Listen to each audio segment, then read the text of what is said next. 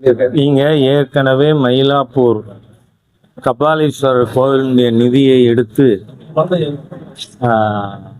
குளத்தூர்ல ஸ்டாலின் தொகுதியில கோவில் கட்டினது கல்லூரி கட்டினாங்க.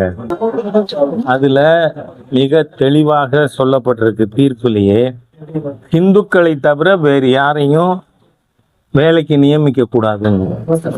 ஏனென்றால் இந்து அறநிலைத்துறைங்கிறது யாரோட அப்பம்புட்டு சொத்தும் இல்லை. இந்து அறநிலைத்துறை இந்து மக்களோடது. அரசாங்கத்தோடதா இந்து கோவில்கள் இல்லை. ஒவ்வொரு எண்டோமெண்டும் தனித்துவமானது.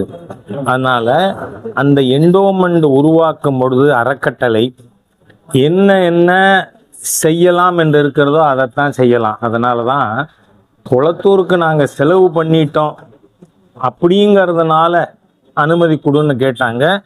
நீதிமன்றம் மீதி கோவில் ஃபண்டில் கல்லூரி கட்டுறதை தடை பண்ணியிருக்கு. அது மட்டும் இல்லை, மிகப்பெரிய அயோக்கியத்தனம் இந்த திராவிடியன் சர்க்காரோடது. பழனியில் கோவில் ஃபண்டில் காலேஜ் இருக்கு, எப்படி முஸ்லீம் ஆசிரியர்கள் நியமிக்க முடியும்? அங்கே என்ன களிமா சொல்லி கொடுப்பானா? யோசிச்சு பார்க்கணும் நாம. ஆகவே ஹிந்து மதத்தை திருடுறது, மிஸ்யூஸ் பண்றது, இதெல்லாம் அதுவும் இந்த சேகர் பாபு என்கின்ற ஒரு ஹிந்து விரோத தீய சக்தி அறநிலைத்துறை அமைச்சர். அவர் நான் சேகர் பாபுன்னே சொல்றது இல்லை, அல்லேலுயா பாபு தான். ஏன்னா அவரோட சின்ன எசமா நான் கிறிஸ்தவர், நான் காதலித்து மணந்த என் மனைவி கிறிஸ்தவர்னு சொன்னப்ப இந்த சேகர் பாபு வாயில வந்தது என்ன? அல்லேலுயா. அந்த அல்லேலுயால ஏன் ஆட்சேபனை? அதை சொல்றவன் யாரு? 4 மாவடி மோகன் சி லாசரஸ். 4 மாவடி மோகன் சி லாசரஸ் நம்ம கும்பகோணத்தை பத்தி என்ன பேசியிருக்கான்? கும்பகோணத்தில் பாருங்கள் எத்தனை சாத்தானின் கூடங்கள், காஞ்சிபுரத்தில் பாருங்கள் எத்தனை சாத்தானின் கூடங்கள். நான் கேட்கிறேன், இந்த ஹிந்து விரோத தீய அரசு ஸ்டாலின் அரசாங்கம் இன்னி வர மோகன் சி லாசரஸை ஏன் கைது பண்ணல? அப்படின்னா நீங்க அவன் சொல்றதோட உடன்படுகிறீர்கள். அதனாலதான் இந்த அல்லேலியா பாபு இந்து மத விரோதமா அந்த கோஷத்தை போட்டாரு. அதனால கோவில் பணத்துல கல்லூரிகள் கட்டுவது கோவில் வேலை இல்லை. Every endowment is separate entity. அதனால ஒவ்வொரு கோவிலுக்கான அறக்கட்டளையில் வேத பாடசாலை இருக்கணும்னா வேத பாடசாலை இருக்கணும், தேவாரம் திருவாசகம் சொல்லி கொடுக்கணும்னா தேவாரம் திருவாசகம் சொல்லி கொடுக்கணும். அது செய்யாம அந்த ஃபண்டில் நான் உயர்கல்வித்துறை அமைச்சர் பண்ண வேண்டிய வேலையை நீ யார் பண்றது? ஆகவே இதெல்லாம் ஹிந்து விரோத அராஜக செயல். அதனால இதில் பாரதிய ஜனதா கட்சிக்கு உடன்பாடு இல்லை. நேற்றுக்கு இந்த அறம் கட்ட அறநிலைத்துறை மந்திரி பொய், புழுகு, புனை சுருட்டு இதெல்லாம் அவுத்து விட்டுருக்காருன்னு கேள்விப்படுறேன். சுவாமி மலையில லிப்ட் ரெடியா பயன்பாட்டில் இருக்குன்னு சொல்லிருக்காரு. நீங்க பாத்திருக்கீங்களா? லிப்ட் பயன்பாட்டில் இருக்கா? வேலையே முடியல.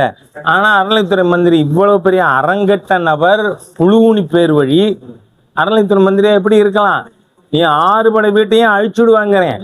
ஏன்னா இன்னைக்கும் நம்ம மிகப்பெரிய கொடையாளர் முருக பக்தர் திரு சிவநாடார் அவர்கள் நூற்றுக்கணக்கான கோடி கொடுத்திருக்கார். அதுல கும்பாபிஷேகம் பண்ணிட்டு உனக்கு என்ன கிளைம் பண்றதுக்கு இருக்கு? நீ யாரு? உதயநிதி ஸ்டாலின் நிதியமைச்சரை பார்த்து கேட்ட கேள்வியை நான் இவரை பார்த்து கேட்டா தப்பு இல்லை. ராஜா அப்படி பேசுவார்லாம் சொல்லக்கூடாது. உதயநிதி சொன்னா சொல்றேன், அவங்க அப்பம் விட்டு பணமா? உதயநிதி கேட்டார்ல நிதி மந்திரியை பார்த்து.